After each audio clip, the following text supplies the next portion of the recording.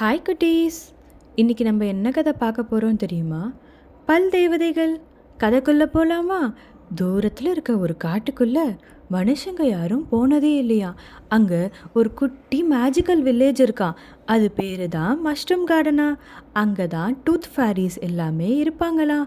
அங்கே 3 ஃபேரிஸ் இருக்கான். அதில் ஒரு ஃபேரியோட பேர் வந்து மர்சி. பார்க்க எப்படி இருப்பா தெரியுமா? ரொம்ப டால் அண்ட் ஷார்ட் பிங்க் கலர் ஹேரோட இருப்பா. அடுத்து தாரா. டாலாக இருப்பா, ஆனால் ப்ளூ கலர் ஹேரோட இருப்பா. கடைசியில் மோலன். Short curly and silver colour ஹேரோட இருப்பா. இந்த எல்லா ஃபேரிஸும் ரொம்ப நாளுக்கு அப்புறம் மில்க் ஃபேக்ட்ரியில் சின்ன சின்ன பசங்களோட மில்க் டீத்தெல்லாம் கலெக்ட் பண்ணி பிஸியாக நைட்டு ஃபுல்லாக க்ளீன் பண்ணிட்டு இருந்தாங்களாம். அந்த மில்க் டீத்தை எல்லாம் வச்சு மஷ்ரூம் கார்டனுக்கும் மற்ற ஃபேரிஸ்க்கும் தேவைப்படுற மாதிரி அழகான சின்ன சின்ன சேரு, டேபிள், பாலம், ரோடு எல்லாமே பண்ணுவாங்களாம். அப்போது மர்சி சொன்னாலாம், முன்னாடி மாதிரி நம்ம க்ளீனிங் ஃபேக்ட்ரிக்கு வர டீத் எல்லாமே ஸ்ட்ராங்காகவே இல்லை. எல்லா டீத்தும் உடையிற மாதிரி இருக்குது.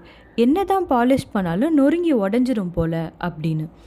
ஆமாம் மர்சி அப்படின்னு சொன்னாலாம் தாரா. எனக்கு தெரியும் இதுக்கு என்ன காரணம் அப்படின்னு.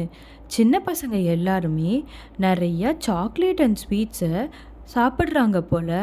அதுதான் ஸ்ட்ராங்காக டீத் இல்லாததுக்கான காரணம் அப்படின்னு சொன்னாலாம். அப்போ மோலன் வந்து ஒரு ஐடியா சொன்னா.